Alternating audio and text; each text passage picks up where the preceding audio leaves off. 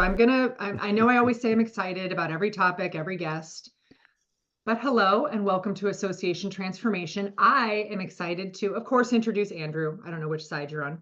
Thank you for being here. Great. Yeah, no, But always happy. drum roll, we have finally with us today, Association Transformation, new member of the family, Mr. Foresight.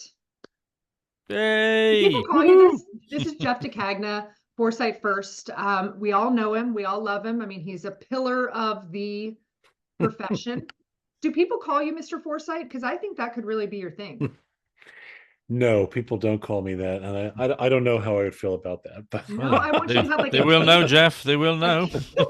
yeah, I don't know. I'll have to sit with that for a while. Okay, all right. I won't order the cape with a big F on it yet. So, all right, but we finally have you here. I feel like I've been reading your work, your thought leadership on foresight and boards and these future projections and the responsibilities boards have not only before but now more than ever for, I guess, is it a decade? Is it been 10 years that you've been contributing to this specific discussion around future proofing and foresight? Well, not about future proofing. I think we'll talk about that because that's not. I disagree with that view, but certainly I've been talking about innovation and foresight for even longer than that because I've been consulting. This is my 23rd year now of Wow. consulting to associations, and it's 33 years in total. But yeah, I mean it's been a long time. It's been Foresight First since 2017. And but what this is the 10-year milestone of the article that I wrote for Associations Now on the board's duty of foresight. So that's been since 2014 that I've been talking about that, writing about that, and this is the year that I am doing a lot of these kinds of conversations. So thank you for having me on to talk about the duty of foresight and why it's so important So for how has it association changed? boards. I mean, Yeah. With this perspective, with this 10-year span, how has that duty of foresight changed? So it started out as I mentioned, 2014, and it really emerged from an article that I wrote for Associations Now about BlackBerry and how did BlackBerry go from being um, the most dominant technology company of its time frame, not just dominant, handset manufacturer, but technology company globally at that time. How could it go from that to now being virtually, invisible? It still exists, but no one knows it still exists. And they're like soft security software. Is what they do now. So how could they go from being this company that was featured in a movie last year to being nothing, basically? And one of the reasons, and there are many, many reasons why this happened, but one of the reasons is that I argued in my article was that their board and management had failed at their duty of foresight, in which they could imagine a world in which they would not be the dominant technology company, in which their competitors would overtake them, and they literally failed at that. So really, for the first 8+ years after I wrote that article, I kind of operated on that same premise that it was about, learning as much as possible at the future, making that commitment so that you can be better prepared. And then we went through the pandemic, and that really changed my thinking about a lot of the things that I had written before in the 2010s, and about how I was going to define the board's duty of foresight going forward. So actually, in the fall of 2022, I updated the definition of the board's duty of foresight to really focus on it as something that requires association boards to stand up for their successors' futures through intentional learning, through short-term sacrifice, through long-term action. So to really shift the focus away from it just being about the learning piece, which is very important, but also this idea that you've got a responsibility to stand up for those who will follow you, particularly those that you'll never know personally. What are you going to do to leave it better for them? And how will you do it? And that includes the learning aspect of it, but also this idea that we've got to make sacrifices today for those who will follow us. And we've got to have that long-term view around how we're going to leave our organizations better. So that's been a shift of the last almost 2 years now. And I think that was an important shift, again, really motivated by everything we went through during the worst of pandemic lockdown and the follow-on consequences of a global health emergency for which we were not prepared. And we continue to feel the impact of that even today. So when you first published your article and the theories around the duty of foresight, which I 100% agree. I think I think it's probably something that's still not been discussed enough around the board table. But how have you seen, or more to the point, let me rephrase this: have boards responded positively to the kind of the rallying call that you published? Then have you seen boards adopt this or embrace this opportunity or obligation to work, with their eye very much not just on the immediacy of the organization? Is this a trick question?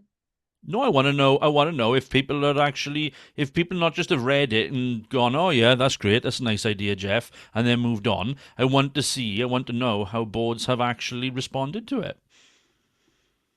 I presume they have, because otherwise we wouldn't be talking. Jeff wouldn't be still talking about it. So Yeah, I mean, I think boards have responded to it, not probably as many as I would like. I think that it remains something that I continue to advocate for, because I think if anything, what I believed was that, and I wish I could say I was right about it. What I believed was that the pandemic would teach us a valuable lesson, give us a wake-up call, an early warning about what was ahead yeah. in this decade. And I think we have seen some of that, but I also think that the minute things went back to a more familiar context, a lot of organizations made the choice to turn back toward complacency. Yeah, they got comfortable again. Yeah, and they wanted to get back to quote unquote normal, even though that was not available to them. And they sort of rationalized it as normal, even though it's not real. None of what's happening now is normal, and where we're headed. And what I'm very concerned about, we're approaching, we're about to pass the 2,000-day mark of days remaining in this decade, and even far fewer days, 170 some odd days, until we get to the second half, the midpoint beginning on January 1 of 2025. And what I'm very concerned about is that there's really not sufficient attention being devoted to what is coming at us, that we can already see happening. The threats are already present. But instead, there's the belief that everything will work out okay because it has always worked out okay in the past. And I want us to prepare for the idea that this will not follow that rule, even though it's not really a rule. It's just sort of what we've internalized. Yeah. That where we are headed is actually far more difficult and challenging than we are prepared to accept. And we've got to be better prepared and more anticipatory in our approach. So even though, I mean, yes, boards have talked about this, they've embraced it in many cases, and it has definitely, I think, changed the shape of the conversation. It's still not as prevalent as we need it to be across our organizations. And for that reason, by the way, I just want to add, marking this milestone, this is not a celebration, right? I'm not talking about this to celebrate myself or to celebrate the idea. This is actually the reason why I'm having conversations like the one we're having today, which is to remind people and to renew their sense that they have responsibilities about how they're going to lead their organizations in the future. So is this, when we talk about the duty of foresight, and I feel like in the simplest terms, it's planning for the worst case scenario. And maybe you can share with me how that's different from future proofing. Well, future proofing, to be honest, is nonsense. What does it even mean? Can we break? What does it mean? It doesn't mean anything. It's nothing. It's an appealing marketing phrase. But there's a problem. There are actually two problems that I see fundamentally with the idea of future proofing. And what troubles me about it, is that it is a phrase, a term used by people who, in my view, really should know better. Yeah. And then includes peoples in the futures space who I know and respect. So the two problems that I see with future proofing is, one, it's an unattainable state.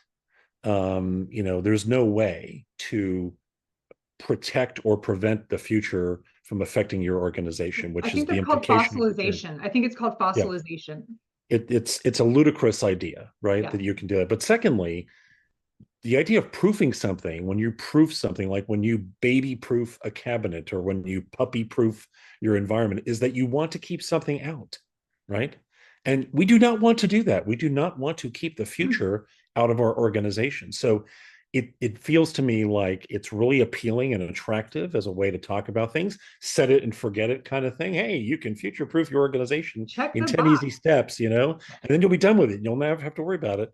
And that's a complete fallacy. What we need to be focusing on is, the duty of foresight is really not even about just planning for the worst case scenario. It's recognizing that the worst case scenario, the unthinkable future is out there, but it's also really about making sure we're thinking about and we're anticipating, preparing for a full range of plausible futures, not just the favorable, but also the unfavorable and the unthinkable, and developing that capacity for effective, robust capacity for anticipation and a focus on the long term in our present day decision making, being able to take the step back from decisions and say, okay, what's best for us right now?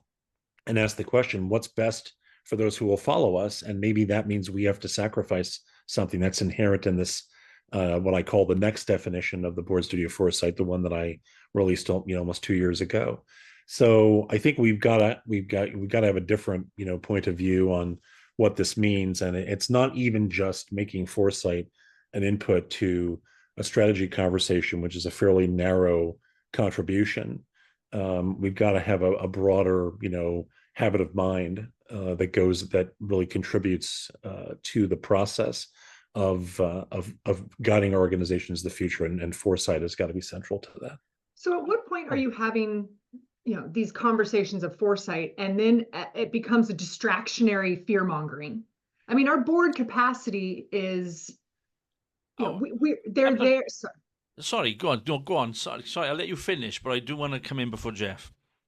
I maybe I'm not giving boards the credit they're due, and you both use and love the term fit for purpose boards. Maybe I'm not respecting them in their true capacity, but I don't see a lot of board members who are experts in their field coming to that table, even respecting their role and capable of it, who would have the bandwidth and the knowledge to fully grasp and evaluate the type of and diversity of risks that you're discussing. See, if I may, before Jeff responds, I think I just, for me, it's not about arguably the, when we're talking about the culture around this, the for me the big issue is that we're all so comfortable in our levels of using data, using what's happened in the past, using past performance, using our understanding of what normal is to create an almost like a safety blanket, a safety net that defies or denies that the reality is that everything is uncertain. There is no certainty in what we are going, in what the world is going to throw at us tomorrow, the day after, next week, next year. We use previous patterns of behavior, patterns of performance to inform our thinking. But actually, for me, it's like, well, yeah, we of course we have to factor that in. But what I see an awful lot of is that that's often all that we factor in is past performance, rather than this willingness to accept that the future is uncertain and that's okay. It's okay that, but we have to be mindful of that and we have to embrace that uncertainty. Otherwise, we fail to embrace opportunity. That's just, but what did raise my eyebrow, sorry, is when you said scaremongering. I was like, well, and and to amplify that, just to take it a step further, in terms of where boards need to go. I mean, I suppose on some level I agree with you, Elisa, that we have not done a very good job of preparing our boards for what they're going to face. And I think of all the orthodox beliefs that exist around boards and governing, the one that I find most detrimental is this idea that being on a board is a volunteer role, because it excuses an awful lot of things that boards do, individual directors and officers do, and boards do as a whole, that is really problematic to being able to address these issues. And setting aside for the moment the legalities of it all, because being on a board obviously carries fiduciary duty that most volunteer roles do. So that's a distinguishing factor. Being on a board is a voluntary role, right? No one ends up on boards by accident, right? It's a choice. And it's one you keep choosing, right? You keep choosing every step of the way before you get on. You keep choosing every time you attend a meeting. You're making that choice over and over again. It's voluntary. And for me, what that means is that if you're going to do this on a voluntary basis because you want to be there, you said yes over and over and over again, that means you've got to be ready to prepare yourself for all of this. So one of the things that I did recently, I wrote a series of columns on the 3 stewardship imperatives of fit for purpose boards, because I really wanted to get to a place of saying, okay, if there were 3 things that I would say to directors and officers and CEOs about what it means to have a fit for purpose board, and there's obviously a lot of stuff that goes underneath this, it really comes down to 3 imperatives that boards have need to start to adopt, right? Attention as responsibility, adaptation as renewal, and anticipation as resilience. And that, the highest form of responsibility that boards have for their work is to devote their attention to what it is they're doing, and to ensure that they are properly prepared and fully carrying the burdens that go along with board service in a way where their attention is concentrated and focused on what needs to happen, not just in terms of attention as a resource, but also the learning aspects that they must do as part of this work. Recognizing that their role is to work with their staff partners and others to adapt the organization to the realities of this very difficult environment that we're in. And by doing that, they can renew their organizations for the future. They can build the organizations that they would like to become in the 21st century, rather than falling into this continuing trap around relevance, which is a distraction and a pathway toward obsolescence, in my opinion. And then finally, as we've already talked about, yeah, absolutely. Let me just finish this last point. And we've already discussed this last point. It's anticipation as resilience, right? Like if you really want to build a resilient organization, you've got to have this anticipatory capability. So much is happening. So much will happen as we look toward the second half of this decade. And that ability to anticipate, to be a little bit further out front, and to be able to gain that advantage of understanding where the world is going, or where it could go, that's going to help us have organizations that have a higher level of resilience. And to Andrew's point, one of the things I read about in the column on anticipation as resilience is this idea that boards and decision makers need to accept wayfinding as an alternative to certainty, that they're going to have to find their way, and that they can find their way, but they cannot start out believing that it's going to be one of 2 or 3 predefined options for them. That's just not the way it's working. It's not the way it's worked for a long time, and it's not the way it's working now, and certainly not as we look ahead.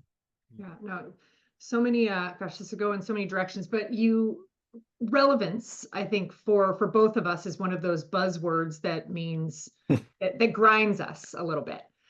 Tell me about your take on relevance and why you believe it's a chase to the bottom.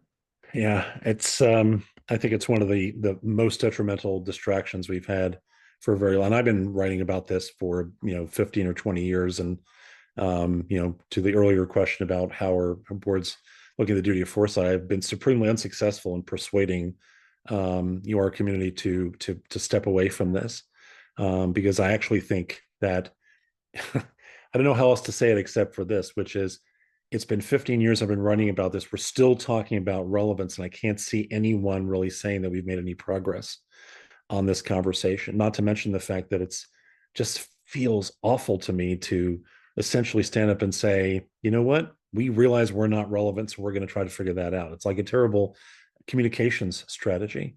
It's just not something that's going to help us move our organizations into the future. There's so many other things that we could and should be focused on.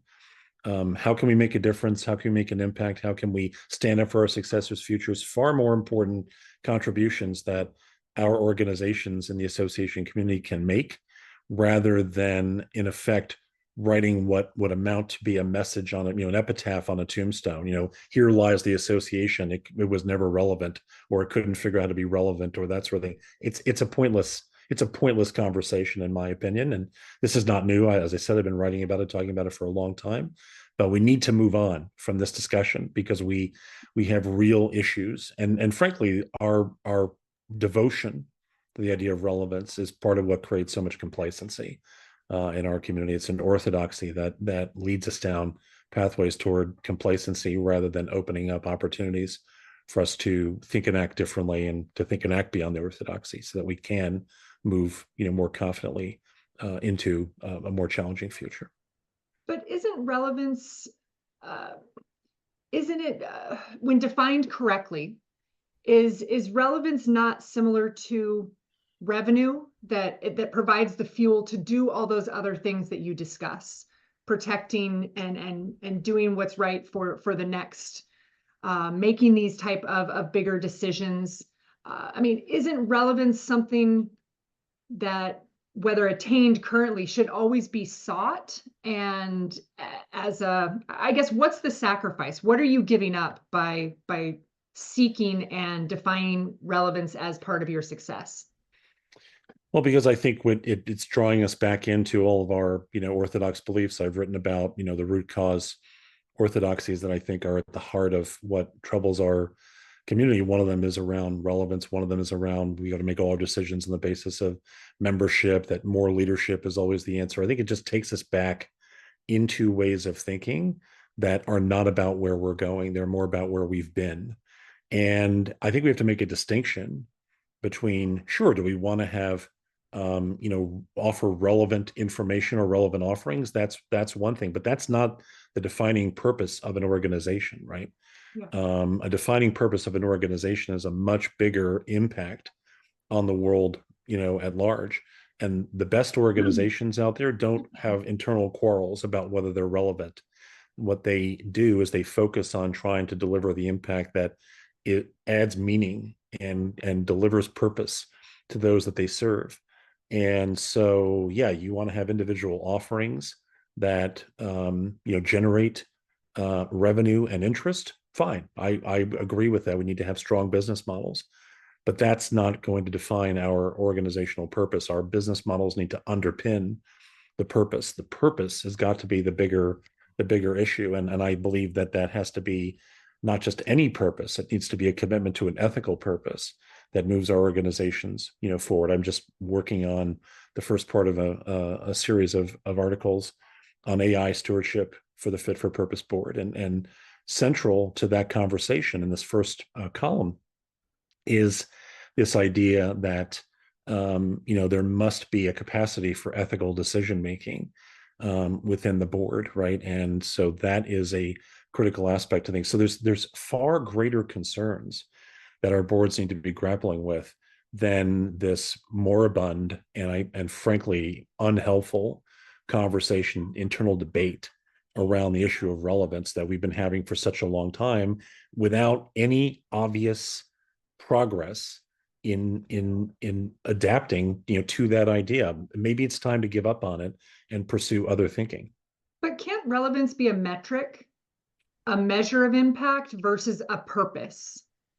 I don't know how you would measure it in any meaningful way. I'd much have better. I think we'd be better off with more direct measures of our performance. Yeah. In our organizations, rather than some kind of esoteric idea of because it's a moving target, right? What's relevant for one person will not be relevant for someone else. I don't know how we organize around that idea. I just don't see any upside value to it, and we never talk about it in that way either. If someone could produce for me very clear metrics that would demonstrate some connection between this amorphous concept that we call relevance and some meaningful output for the organization, maybe I'd be willing to have that conversation. But we just talk about it generically as an idea Well, it's like And engagement. It's one of those words. Yeah. another word I'm not fond of. And this is the language that we use in our in our community to describe what we're trying to do, instead of getting at the bigger issues that are in front of us.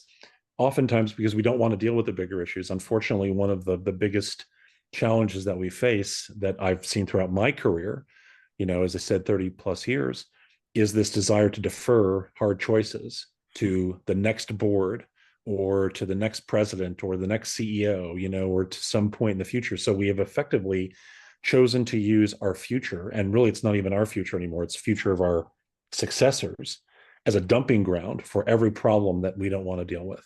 Yeah. And I think we absolutely must stop doing that. We have inherited a lot of stuff from our predecessors that we're still working through, and now we're doing exactly the same thing by failing to address the problems that are going to be left to those who follow us, but whose futures we are creating. Our boards today are creating futures that don't belong to them.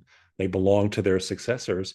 And those people have no voice in this conversation, right? And that's a part of the duty of Foresight too, right? Is making sure that there's some way to have the voice of those successors present in these decisions that are being made.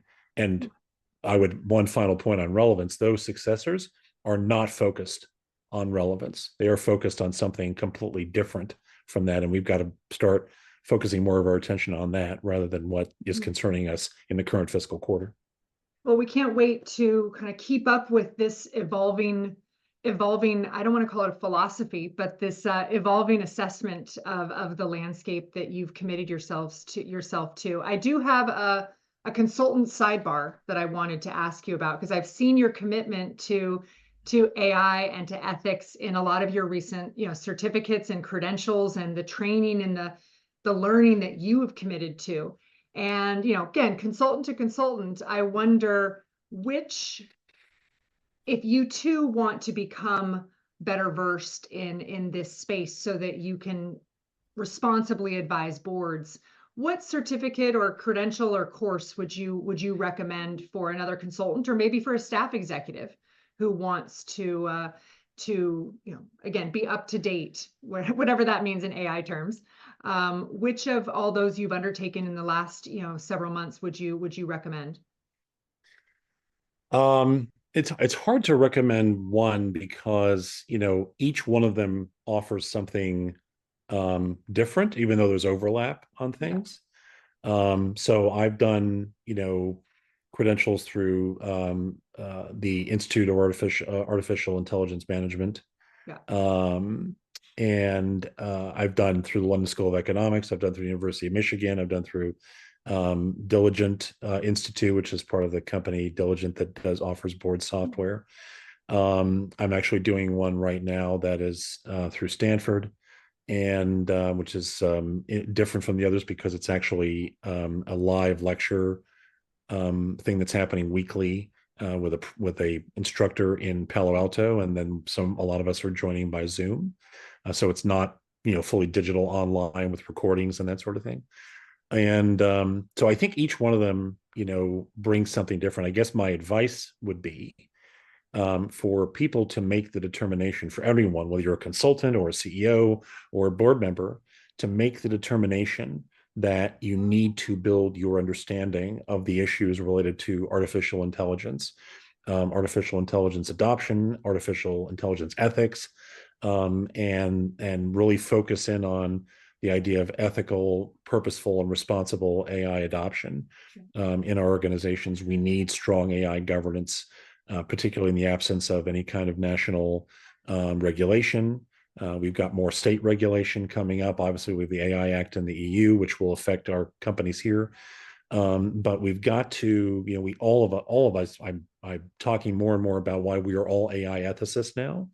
And each one of us has to have a grounding in what's happening around artificial intelligence so that we can be more effective decision makers, more effective contributors, and frankly, just more effective human beings in a world in which AI is playing an increasingly significant role, and despite all of its capabilities, also has tremendous issues and risks associated with it, and harms that will come to us. So we've got to be better prepared for that. So I think choose something to do and start working on it. Yeah, well, thank you for your, for leading the expedition into that, and your ongoing contributions to this community of knowledge. We can't wait to have you back. Maybe we shouldn't wait 2 years or 10 years, but maybe more consistently. But I guess all I can say is thank you, and keep up the great work and the hard conversations. We are happy to have you, and we'll continue to follow. So thanks for joining us. Andrew, I'm sorry, did you have any other questions? There was a lot here. No. We've just scratched the surface of so much. Yes, yeah, we have. I think you're absolutely spot on. I think, Jeff, you need to come back. You need to come back again and again. Thank you. And again, well, thank I you would love both. that. Thank Sure, you my both so pleasure. much for your time. And until next time, put your members and your mission first.